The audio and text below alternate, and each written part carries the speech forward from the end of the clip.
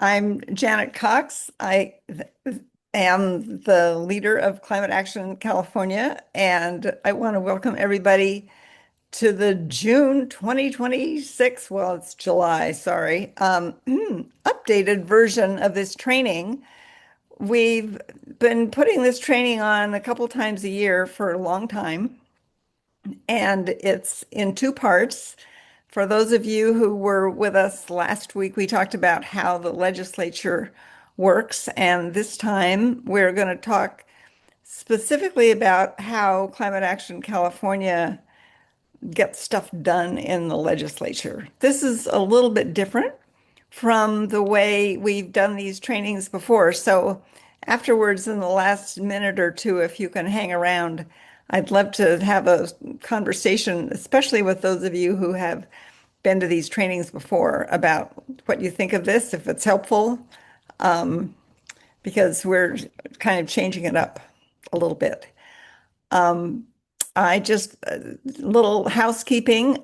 We are going to collect questions as you put them in the chat. Linda Hutchins Knowles, our volunteer coordinator, who many of you have met, will be collecting questions.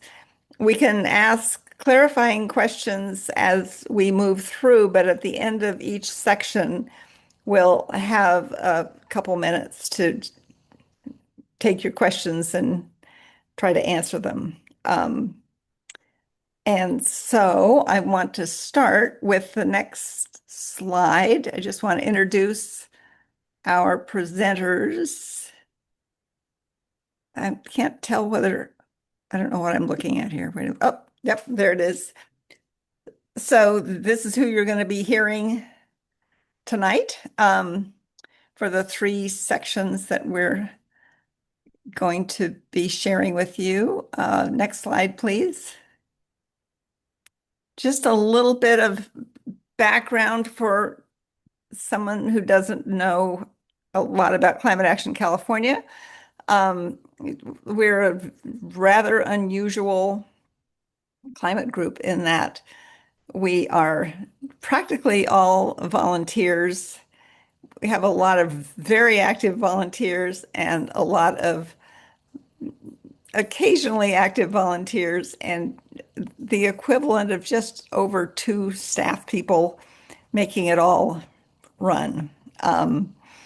We engage with the legislature in lots of different ways that you're going to be hearing about tonight, and it actually is a pretty wonderful community to be a part of. Next slide, please.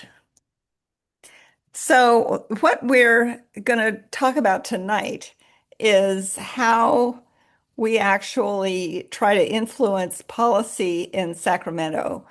And everything that we do is really focused on passing the best science-based climate policies that will actually make a difference. And in order to do that, we have policy teams that focus in specific areas based on pollutant types. We have a capital team in Sacramento, and we have an elections team that is working to elect the legislators that are going to pass the toughest climate bills. So it all kind of comes together and it makes some sense. And you're going to be hearing about these three teams tonight. Next slide, please. So I'm going to introduce the policy teams. We are statewide, and so we practically always meet on Zoom, and the policy teams meet on Zoom once or twice a month. They are the groups that are responsible for reviewing legislation and figuring out what our positions should be and how hard we want to work on them. We also develop bill proposals that we present to the legislators that we have good relations with, hoping to get them carried, which is often kind of difficult because there's a lot of competition for the relatively limited number of bills that a legislator is allowed to carry by the leadership. Um, and the policy teams connect with the capital team that you'll hear about in a second. And this bullet that says lurkers and workers, there are a lot of very interesting and educational conversations going on in our Google groups. And there are a good number of volunteers who sign up for the Google groups or they come to our meetings and they don't necessarily participate a lot, but they're just kind of soaking it up. And then at some point, they may decide that it's time to show up and volunteers. And we're really comfortable with that. We have a lot of active volunteers who work hard, and we need more. But we're not putting pressure on anybody. This is a very compelling topic to be working on. And we figure everybody is doing as much as they can. So, next slide. And this is the list of our policy teams.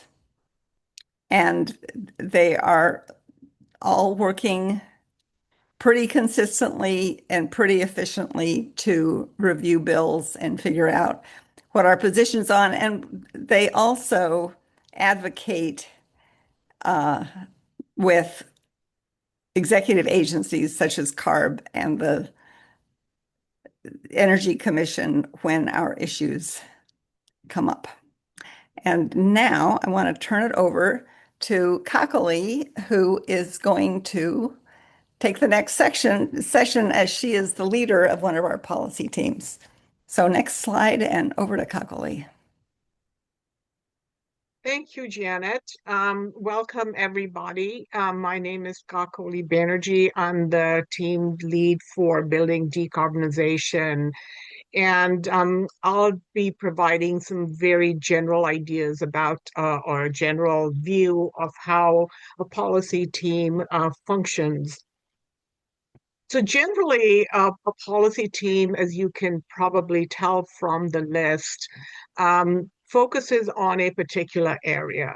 And that we do to make the work more manageable because there are a very large number of bills and no one team can possibly review all of them. So we each have our area of expertise and domain, if you will, the domain. And so in my case, of course, is building decarbonization. So at the beginning of the legislative year, we as a team will begin to look at all of the bills that are being dropped. We use the term dropped, but these are introduced in the session in the legislature. And we will look at some keywords to identify the bills that belong to our team. There is, of course, considerable overlap, and when that happens, teams collaborate in supporting or opposing a bill. So once we've come up with a pretty good list of bills, we review those bills and rank them. And there is a 5-point ranking system that we use that's been quite helpful. And the scale goes from +2, which is strongly support, to -2, which is strongly oppose. And in between, we have, of course, +1, which is support, but not obviously as strongly as a +2. And the same on the other side. And 0 generally indicates, and correct me if I'm wrong, Janet, I think these are the bills that we're watching. Sometimes we haven't rated them. And so they get a score of a 0. But trust me, we have a lot of bills that get a +2, so there's ample work during the legislative year. Now, every time we have a bill that we want to support or oppose, there is a person who volunteers to be a champion. And I'll talk briefly a little bit later about what a champion does. And a champion, of course, is a volunteer and may volunteer for more than one bill, but that is a fair amount of work, as you'll see in the next slide. The next slide, please. Okay, so this is what a champion does in a policy team. They do most of the heavy lifting, most of the heavy policy work that goes on in our policy teams. So they begin by following bills in LegInfo, which is a website that is an excellent website, actually, that's maintained for those who are following bills from their inception to either when they die or they're passed. And then their work also involves things such as writing letters of support or letters of opposition to the committee chairs, um, recommending signing letters from other organizations, other environmental organizations such as the Sierra Club or Climate Reality or other groups that are also interested in that particular bill. They, of course, communicate with uh, the authors of the bills, and sometimes, and more frequently, actually, with their staff, who are very, very knowledgeable about the bill, where it is, where it's going. They have a pretty good sense of the opposition to the bill or the support for the bill, which, by the way, you can also find in LegInfo in the bill analysis section, which our champions also monitor quite closely. And then some of the other things that the champions do is they represent CAC in other coalition meetings. And we have a few members who are members of multiple organizations. And so they will be the voice of CAC at those meetings. And then, of course, it's very important. The other important part is to of tracking bills is to go to a bill hearing. And there are multiple committees in the legislature, and you can, you can attend them in person if you live in Sacramento. Will does many of those, but they're also recorded, so it is possible to follow them virtually as well. So that kind of is a very quick overview of how teams operate. And I am now going to pass the baton to our volunteer coordinator, Linda, who will take your questions and post them. All right. So yes, please continue to put questions in the chat as we go along. The first one we have is from Alan, who's wondering how much we intersect or overlap with Climate Future California, which is part of Citizens Climate Lobby. Um, so just wondering if you wants to take that about how we collaborate with groups like that one. Well, I can speak to that. We do a lot of collaborating with all sorts of groups. We have a coalition, and I believe that Al Grummett, who leads California Future, has signed up to join our coalition, and we have members of California Future on a number of our policy teams. And so, you know, there's nothing proprietary about what we do.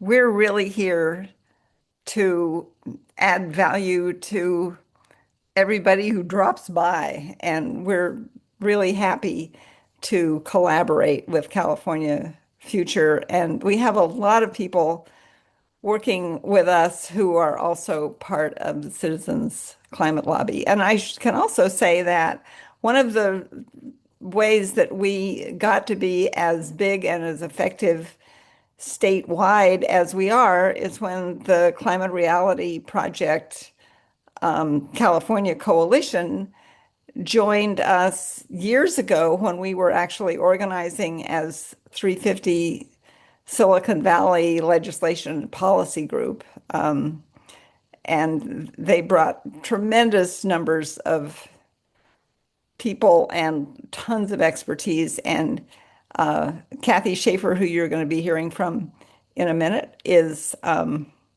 an active member of Climate Reality in several different capacities. So, yeah, we're all about collaboration. Thank you. And so Alan's following up to say that CFC or Climate Future California has formal liaison rules. Do we have anything similar? Is that part of a policy team role to be? Um, not so much. It hasn't really come up, although Lisa Oliver called me last week to say that she wanted to be the liaison to our building decarb team from California Future. And I said, heck, of course. Just keep coming to our meetings and share whatever looks valuable, but it's not it's not very formal, but it works. And I see that Sandy's raised his hand, Sandy Krasner. Do we want to take a live question? Sure, let's take a live question and then we'll move. Yeah, we'll take this and then move on. Go ahead, Sandy. Actually, it's more of a response. CCL is organized around lobby teams in each district. We do that for the nationals. Climate Future California, we've done the same thing. We're trying to organize lobby teams in each representatives and senators organization. I think that's not the way climate action is organized. Your lobbying seems to be focused on your capital team rather than teams for each individual legislator. That's a little bit different picture. Well, we have about 6,500 people on our California mailing list, and we use Action Network, which is a contacts management system that allows us to segment that list by legislative district or even by Los Angeles supervisor district. And so it's very easy for us to reach out to all of our people in a particular district and ask them to take an action, to ask their representative to carry a bill or support it or oppose it. So we always have that capability and we use it a lot. We do, and this is Will. Just to add into that, we do have that capability, but we're to answer the question more directly, we aren't organized on a standing basis the way CCL is or has been. We are focused on, we subdivide by subject matter groups, and then those groups do the thinking and the writing and sometimes the advocacy directly. But as you say, a lot of that advocacy then focuses towards the capital team, which I'll talk about in a bit. Great. Well, I think those were all the questions from the first part of the training. So, Right. yeah, thank you, everybody. So over to Will. Yes. So one reason that our training looks different is because CAC looks a little bit different. We hope so, in the sense that we want to be more present in the agencies and in the legislature in Sacramento. I think we've always had a lot of thoughtful volunteers who really have dived in to the issues and become quite expert or brought expertise from an earlier career. And we're trying to bring that to bear a little more in person at the Capitol so that we are a recognizable entity and people are listening because there are a lot of voices out there. It's democracy. So next slide. Uh, there's a lot of emphasis on Sacramento, and that's my bias because that's where I am, and that is, of course, where the legislature sits. Um, so the people who do the most are folks in Sacramento or willing to get on the train or the drive, whatever it takes to come up. We do, though, and you'll hear from Mary Buxton in a few minutes. We do have some active people on the Capitol team who spend time keeping us organized and organizing people on a more ad hoc basis in a particular legislative district. Um, so Mary will talk about that a little bit.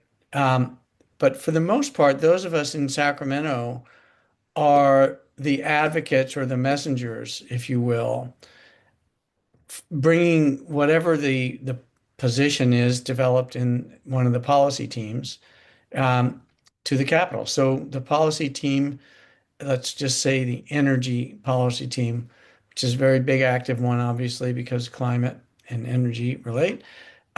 They'll identify bills and sort of rate them as this is a really high priority. Someone will write a letter. It's usually quite detailed. It's more than we support the bill. It's got a couple pages of real analysis that we hope is helpful to the folks who have to write the formal legislative analysis that all the legislators read. Um, so that work happens all over the state in these policy teams you heard about.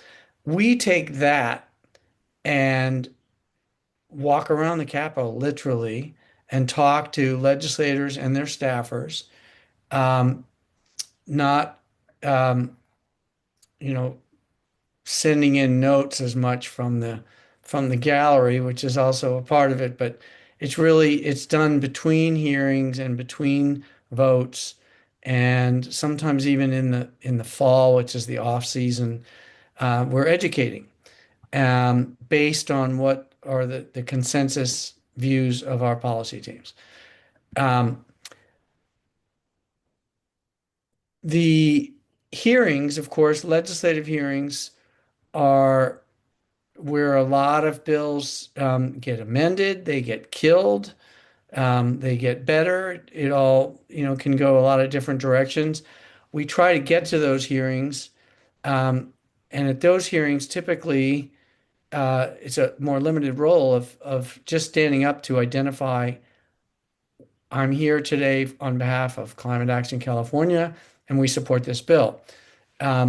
Unless I'm a lead witness or someone else. We've had some other volunteers invited to testify at length in presenting a bill. This is what the bill's about, 2 minutes of why it's important, what it does, what problem it solves, etc. So that's something that can happen for really anyone that gets really deep into a bill that we then sponsor, something that we proposed. The nice thing about being at the Capitol, honestly, for me, is you just see all of the other people who are like-minded, and it's heartwarming to see actually several groups of people that are you're glad to see. One are the other groups, of course. There are many other environmental groups and climate-focused groups, and they're there. Their volunteers are there. Sometimes their professional, full-time staff and advocates are there, and you trade information and you help each other, and then they'll help you at some point, and you'll help them at some point. Um, the other group that's really heartwarming to talk to, believe it or not, are the staffers and legislators. Despite what a person might conclude from reading just the news, people go to Sacramento because they want to make a difference. And that's true on both sides of the aisle in terms of party affiliation.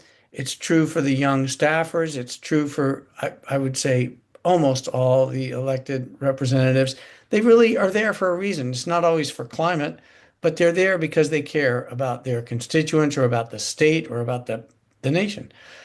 So getting to talk to people and realize that is really just a wonderful experience. It's also something that anyone can do. And that's a big theme with us. You do not need to be an expert on the policy.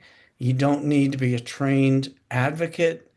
You just need to go show up and talk to people. And so we try and encourage people to join us. We go together in groups or in pairs. No one's just sent in alone to do something that they're not comfortable with. And over time, we're already, the capital team is still relatively new, a part of CAC. We're better known and people know who we are. They see me. I hope they just think climate. Oh, that's the climate guy. And I'm not the only one on the capital team. And I hope we all have that image. So next slide is, I believe, Mary Buxton's going to talk about what it's like to be on the capital team. I lead it, and she's one of our stalwarts. Oh, Mary, Mayor, you're on mute. sorry. Okay, good evening, everybody. I am going to talk about what it's like to be on a Capitol team and also my particular role, which is how to be on a Capitol team when you're not in Sacramento. So the first thing is Capitol team members. They usually join one policy team. So in my case, I am on Capitol team for natural resources because I have a lot of background with Sierra Club 30 by 30. So it's just in the area I probably have the most heart and the most knowledge for. So you join one policy team, which you attend those policy meetings to understand the thinking about which bills get chosen. Then the Capitol team members who are active in Sacramento are usually living pretty close to Sacramento, like Davis or someplace close, or they're willing to hop the train or drive from San Francisco. And they meet with legislators and staff. They schmooze out in the hallways. They go to Me Too hearings and speak up. And they basically want to be known by people and develop relationships. So the outside Sacramento people, like me, I just loved this concept, the idea of building community, building relationships, because I find it totally interesting and exciting to get to meet legislators and staff. And I just get really excited about democracy in action. But my eyes were too big for my stomach, and I found out that I really wasn't driving up to Sacramento all the time. So, what I have done is try to develop a role for myself to keep helping. And what that looks like is I might create district meetings with a legislator to talk about a bill or more. I do my goals this year were to get more knowledgeable about specific bills and to get better at letter writing. So I have done huge letter to the editor campaigns with multiple newspapers that we're sending these letters to from people in that area. Let's see, I've had letters submitted for climate action to the portal, which means, I think it means it gets into the legislative record. Pretty exciting. I attend coalition meetings like on this, this SB 954, which has been a 2-year challenge for all of us related to environmental protections that have been stripped away. Let's see, I provide support to Capitol team members. And so one thing I do is I run a meeting with Ruth, who is my co-lead for the Natural Resources Capitol team. And it's on Friday mornings. And what we do is it's a hearings review. Who's going to do what next week at what meetings so that people don't cross their wires, so they have good communication if they need somebody to jump in and help them. So that's a regular thing. And let's see, I go through, I write at the beginning of the year. I write talking points on priority 1 and 2 bills, which give people a real quick snapshot when they need to talk to somebody. Okay, I think you're getting the idea that I'm a liaison between the policy team and the capital team. So I just try to look for things that are not getting done and do them. And I just want to say something about this organization.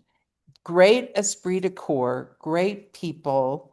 And a lot of times I do these letters and I'm just like, hell, I don't know how to do this.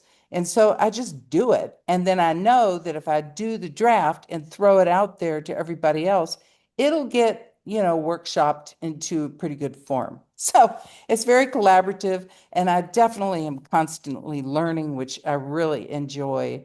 And let's see, the last thing I do, I'll just tell you this part too, is I go over when I get, notices that there's something happening with a bill, I update our natural resources tab. So our team members have a real quick way to get a quick read on where and what is going on with this bill. So it's very exciting, very varied. It's not boring at all. And then Ruth and Karen and Will and Pam and all these people that are up in the Capitol, they are feet on the ground, talking to people and knocking on doors. And that's a little intimidating at first. And they do offer to, let people shadow and learn. But they get pretty comfortable pretty quickly. So that's kind of what it's like to be a Capitol team member. Next slide, please. Oh, meet with legislators. Okay. I've done a lot of setting up meetings with legislators over the years, but Kathy Schaefer set up 75 meetings last year because we had all these new people, which is probably a world record. But so we do schedule these meetings with legislators and staff for all sorts of reasons and at different points in the legislative calendar. We have a structured agenda. We have a structured, it's just really well organized. And we have gotten that compliment a lot that, it's just really clear and focused. Everyone is welcome to join, and it is really a great thing when you have a lot of heads on the screen, but not everybody gets to talk because there's just not time. And then we usually have a pre-meeting, and that's when we decide who's going to do what, and we assign roles. It's really effective, and most of it happens on Zoom, but as I said, I personally have been trying to really develop relationships with my representatives so that they know who I am. And so I go to campaign events, all sorts of different ways. My legislator happens to have meet at dog parks and out on hiking trails. So it's very fun. And these meetings are a big part of what we do to influence legislation, and they are totally interesting. So I think I'm done. So does anybody have any questions? Oh, Linda. Oh, Yeah, we have only really one question, which I think Kakali answered. So everybody else, feel free to drop more questions in the chat. But Alan made an analogy, wondering if our policy team might be like a brain and the capital team like legs. It's not exactly like that, but it is true the policy teams do decide the positions right, and the capital team is like the lobbying arm, is how Kakali clarified that. But do you want to add anything, Will or Mary, about how they relate together, the policy and capital teams? Yeah, you really don't need to know much to be a lobbyist, sad to say. You need to know what our position is on the bill, and you need to have a couple of quick talking points. But you're not going to get into an hour-long debate with somebody about a bill. Everyone is way too busy. It's showing up and saying, look, I'm from a group, we're a large group, and we support this bill, and we care enough to come see you.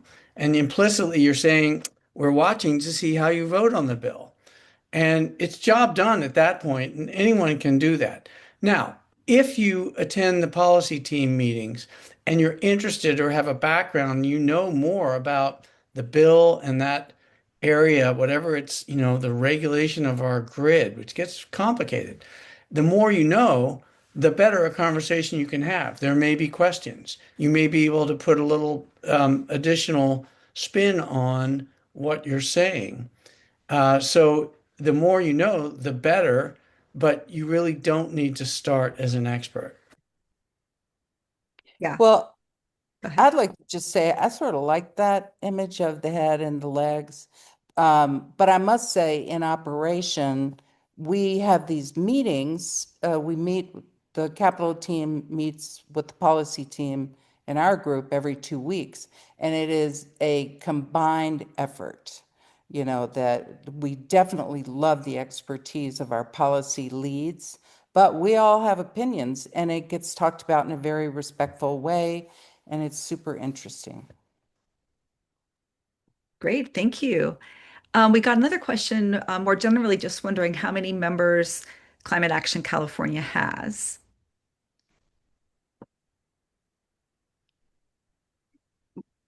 Well, I can take that. We have 6,500 people on our California mailing list and about 4,500 people outside of California who care what happens in California. And it's, I think actually we're in the process of putting a spreadsheet together that will show us how many active members we have, but I think it's in the range of 300 to 400 probably. Um, it is it works reasonably well because the policy teams are pretty much self-propelled. And we do meet as an overall organization twice a month on Tuesday nights, the second and fourth Tuesdays of each month at 6 o'clock. And, we'll get 30 or so people at those meetings. They're super interesting. Not everybody talks. Some people just come and listen and soak it up. But and like any volunteer organization, people kind of drift in and out. But we have a strong enough core to really get stuff done. And it works. I hope that answers your question. I think that's very thorough. And then Alan's wondering if we ever draft bills ourselves, like write the legislation. The first time I had suggested a bill, I went to Kip Lipper, the guru of environmental legislation, and I said, "What do you think about this bill? Would this work?" And he said, "Yeah, why don't you draft something?" And I went, "Me? You want me to draft a bill?" Well, I kind of did. It got I've never been more nervous. I mean, I write all the time, but this was terrifying. But I did it. It wasn't too scary. But here's the interesting thing is that we can put together a bill proposal, which we do, and we're very rigorous about backing up our idea with data and information about other bills around the country. We try to make the strongest case we can. But when a legislator accepts our idea, we mostly lose control. So you have to be pretty humble about realizing that you can push it just so far. And if you're lucky enough to have a legislator say, "Yes, I will carry this," that they're going to make the political calculations that are going to shape the final version of the bill. So it's pretty interesting. Great. And then we also have a question about do we plan or how often do we plan lobby days for folks to join in Sacramento? So like beyond the Capitol team, but for wider. we don't have the bandwidth. Think about what it takes to have plan a lobby day.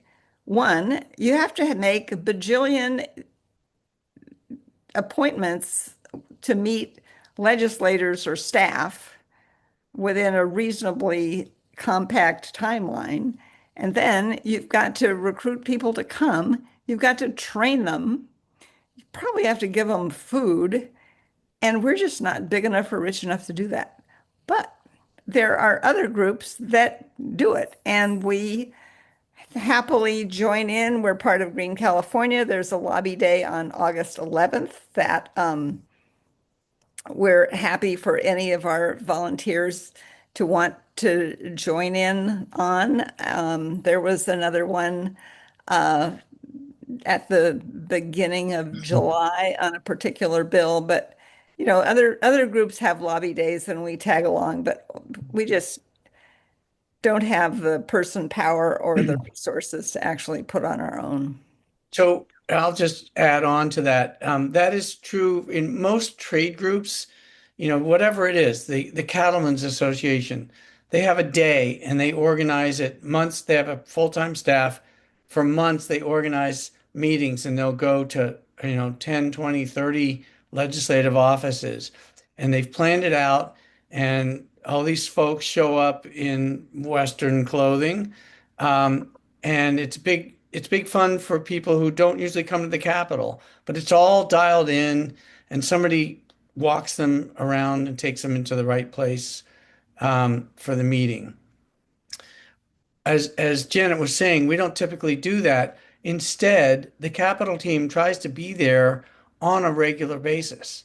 And honestly, the folks that get stuff done, sadly, that includes industry groups like the petroleum folks. They're there all year.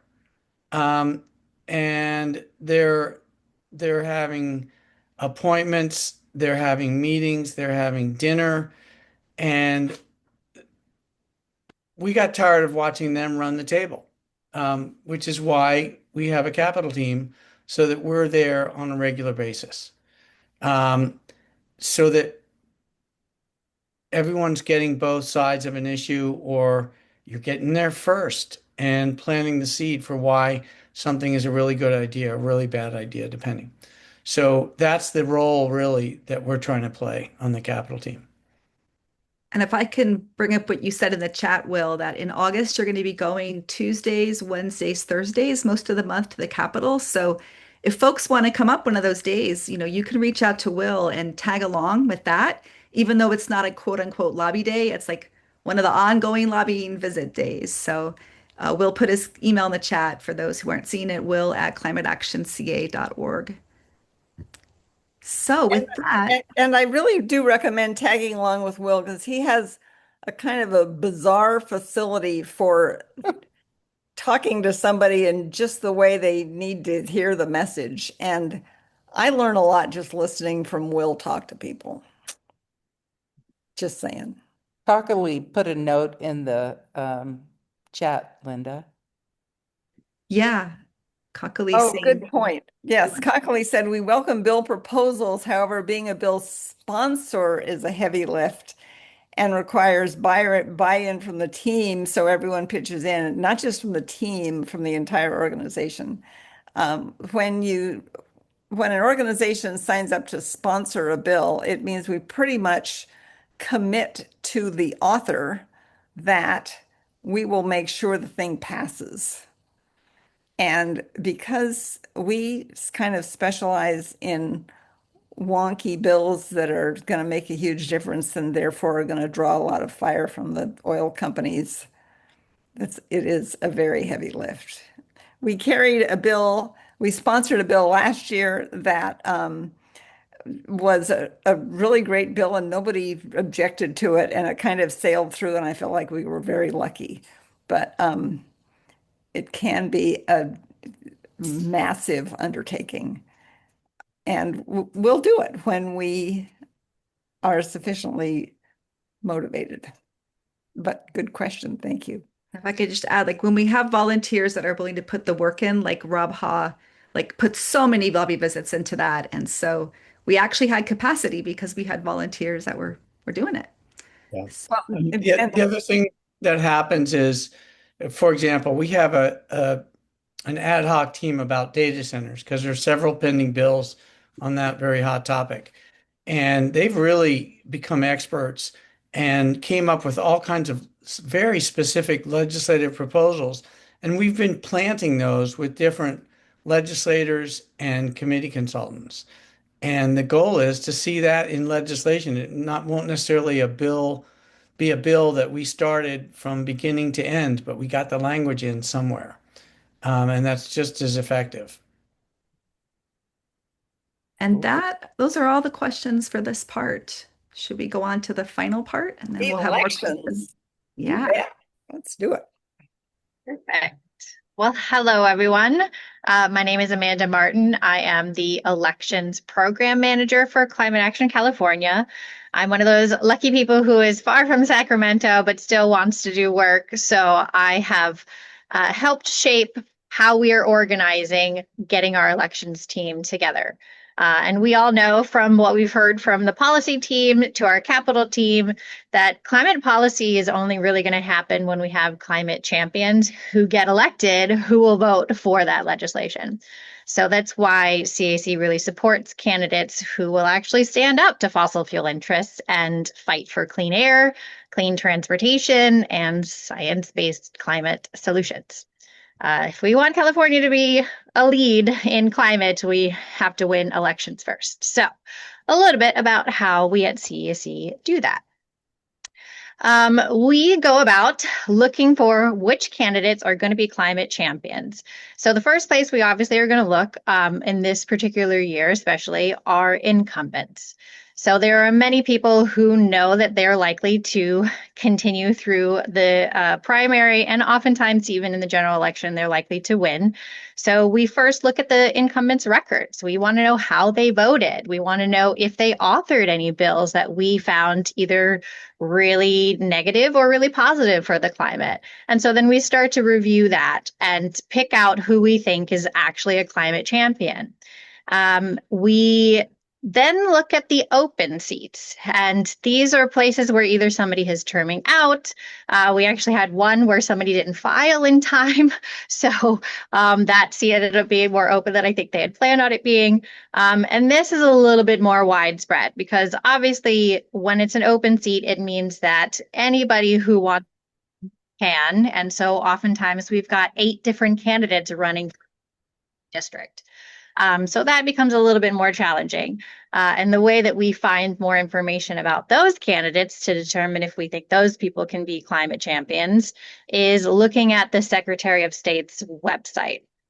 And I'll show this to you in just a second because it's really a fantastic resource that's available for everyone. It's public. Anybody can go in and look at the different candidates who are running, where they fell now that the primary has already happened, the votes that they've gotten. So I'll show that in a minute. Something important that we also keep in mind, because even if there are people who say that they're climate champions, it's always good to also pay attention to who is supporting them and who is donating to their campaign, because that can give us some insights too as to who may have some influence over a particular candidate. Another thing we've looked at as we were reviewing some of these candidates is they have websites, and these are separate, especially incumbents. These are separate websites because anybody who is currently in office, they cannot spend any money that is public, so our tax dollars, on their campaign. So they have separate websites. So you'll notice that any incumbent has a particular website that is a .gov website. And then they'll have a separate one that usually says like, their name for Senate or something along those lines. And that is their campaign website. And we can get some information about what their issues are and what their priorities are based off of that website. So I want to quickly kind of show you, this is where we went to find out a lot of the information I'm talking about. It's easy to find. It's actually just SOS, so Secretary of State.ca.gov.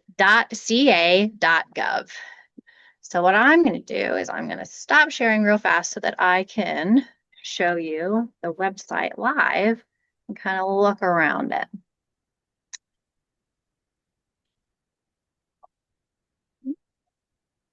All right. So this is the main webpage when you go to the Secretary of State's website. So you'll see here there's kind of a toggle of different things that are important. What we focused on was looking at elections results after the primary. So you can go here, and now that these are certified, this looks a little different than it did about a week ago when they were still tallying all the votes and figuring out what percentages each person got. So now everything is in PDF form. But if you want to just come to this website and see, you can look at the different statements of votes here. So it's got different things for the governor's race. We can quickly kind of look at that. And they break it down to where you can see by county which one of these candidates got how many votes and the percentage of the votes that they've gotten. And we know that there are a lot of people running for governor, so this list is quite long. We have 27 pages of information, but it's really super helpful, especially when we're trying to get a candidate elected. It's good to know what votes they've gotten in the primary because it'll tell us, well, if they've gotten 60% of the votes for the primary, they're probably set for the general election, so may not need that much support. Another thing to go to is, and again, these are gone down by the race. So you've got like the Senate districts, you've got assembly districts here. You can look at all of that information. Another great thing that I was talking about was the money. This is really a fascinating thing to see. So if we want to go to political parties upcoming, sorry, they moved all this around because of this update. Statewide election political parties. Where did we go? Elections, campaign, and lobbying. So this is something that I was talking about. If you want to figure out how much money somebody has been given in campaign donations, you can come here to this Cal Access Public portal. And this is fun because if you do a power search, some of this additional information if you want to search around there, but this power search is really helpful. So I've used this to look up the campaign finance. You can search by the candidate name. So we'll do like Steyer, who obviously we know is no longer in the running, but then you get the full breakdown of who donated. Obviously, he was a lot of self-funding, and the date that it was donated, that they got this campaign contribution, and how much it was. So you really start to get a sense of who is backing any particular candidate, which is fascinating, great information to look at if that's something that you're interested in doing. You can do it by election cycle. You can do different ballot measures. Really, really helpful source. So that's something to poke around in there if you're ever interested in looking that up. And what's great is you can download a CSV of this, so it makes it easy to kind of search for information if you want to delve a little deeper into it. Great. And then let me get out of here and go back to our slide deck, our beautiful slide deck. All right. Perfect. All right. So the next thing we've got is I'm actually going to pass this over to Kathy Schaefer to talk a little bit more about how we've come up with our questionnaires that we send out to candidates. Okay. You know, if somebody would have told me 10, 12 years ago that I was even vaguely interested in policy and legislation and government, I would have said, you are out of your mind. This is not my thing. But it has turned out to be amazingly interesting and actually a lot of fun. So I encourage people just to jump in, and we muddle through it together sometimes. This is the first election cycle that I've worked on the elections team, and it's been really, really interesting. So one of the things we start off by is developing questionnaires for the candidates. It's one of the most important things that we do because we need to get to know the candidate, especially related to climate issues. What are their issues and knowledge? You know, we look at a candidate up in Shasta, and they're worried about forest biofuels.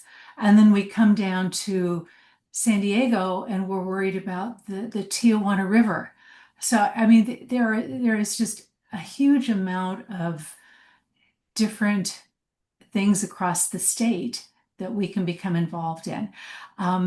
They, the candidates come with different interests and they also have different background knowledge. We also formulate the questionnaire to make sure that we have viable candidates. They have to raise a heck of a lot of money and know how to run a campaign. It is not easy. I don't know how they do it. One of our questions on every questionnaire is if they accept fossil fuel money. And of course, duh, that's a big no. If anybody accepts fossil fuel money, they are done, off our list right there. We create written questionnaires so that will be sent to the new candidates that have never run before. We typically don't send questionnaires to incumbents. We look at their voting records. We look at the bills that they've written or the bills that they've supported, and look at their history to decide whether or not we will newly endorse them or continue to endorse them. The questionnaires are modified every election cycle, and we ask questions that are specifically designed around current issues. So, for example, this year we're focusing on affordability as it's related to climate legislation. And we do send out our questionnaire to all candidates in open seats or key districts who've registered with the Secretary of State. Even crazy people who manage to get their names on the ballot, we will send them a questionnaire. And we will also include Republicans. So anybody who wants to fill out our questionnaire is welcome to do that. Next slide, please.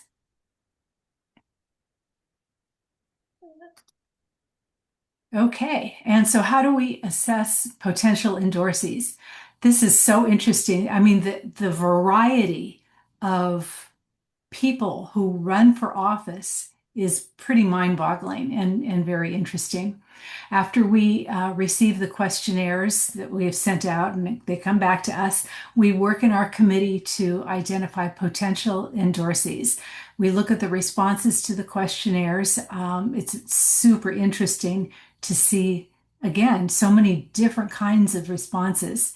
And some of the candidates are super well versed in climate policies, and others not so much, like nothing. It's that much of a range. And there's variability in the climate policy that they know about, but there's also huge variability in how they know that the legislature works. So interesting that people are running for office and they kind of even don't know the difference between the Senate and the Assembly, which is shocking, but that's why we look at the questionnaires and we follow up with people and make sure that we have the best candidates we can get. Our endorsement is the very first step in developing relationships with the legislators. It continues for years, and they remember that we endorsed them. We want to know if they're going to be interested in learning about our issues with CAC and really becoming allies. And we know who those people are now. We know that we will depend on them to write great legislation, and they will depend on us to help support that legislation. So just a side note here, we will encourage you to attend our fundraisers and schmooze with the candidates. It's a blast. So if that opportunity comes to you, we would definitely invite. And Amanda is going to talk about how we support these candidates.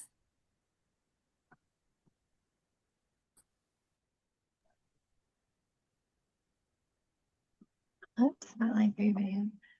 Thank you. So sorry, technical brain. Okay.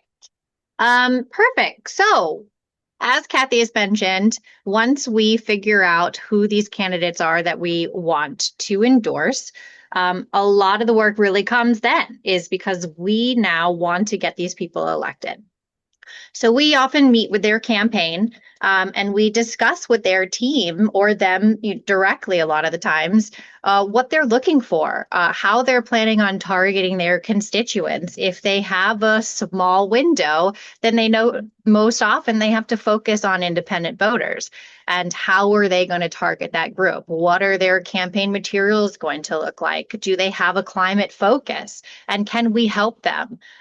We have had multiple people say that a campaign maybe doesn't have exactly the expertise that they're wanting in this particular area, though they are climate champions and they want to do as much work as they possibly can, but they need maybe specific help with some wording, or they need more ideas of some concrete policies that they think their constituents would really care about.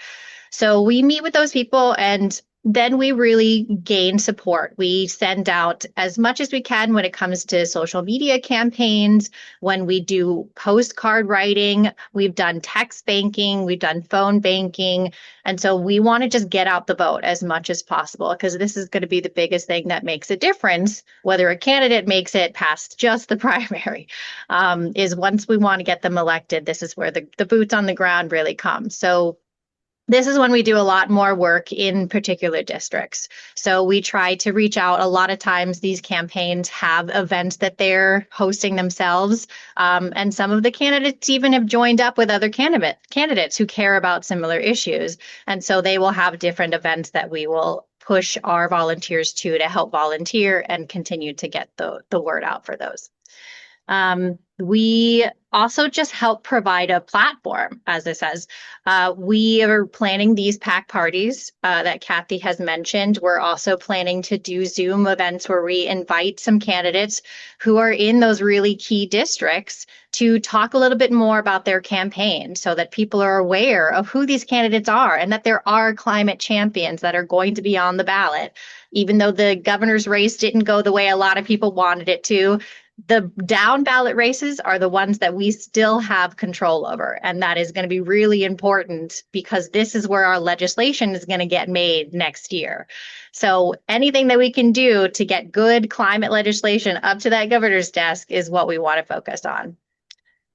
So anything that you can do to help, we're greatly appreciative of. But this is where our focus is now at.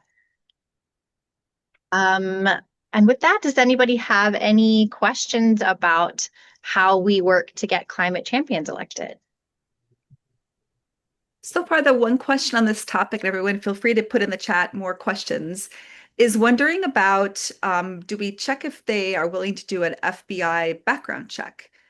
Teachers have to go through that process. Is that something we've ever considered asking the candidates? We definitely haven't talked about that. I'm not sure a background check necessarily would give us the information that we would need to know whether they're a climate champion or not. I guess it would always be helpful, but that hasn't been on our radar. Maybe you can tell us in the chat if there's a particular advantage to having that kind of information, but our key sole focus is really on climate and how aware they are of the issues, if they have any particular policies in mind of how to enact those ideas, and any background that they have around climate policy. And then this is more of just a comment from Elaine, but pointing out that some groups that endorse candidates on climate don't always screen as well as we do, and may endorse candidates that end up having taken oil and gas money or just are kind of being front for them. So she's wondering if folks want to work on informing voters about which groups have endorsements they can trust. So I think people can respond to Elaine there, maybe on that, if you're interested, but not sure if that's really. I'm not sure it's up to us to critique other groups' endorsements. And since we're a little bit over time, I would love to hear what people thought of this training. Was it helpful? Is this stuff you're glad to know? Does it matter? Does it make you want to volunteer? Tell us what you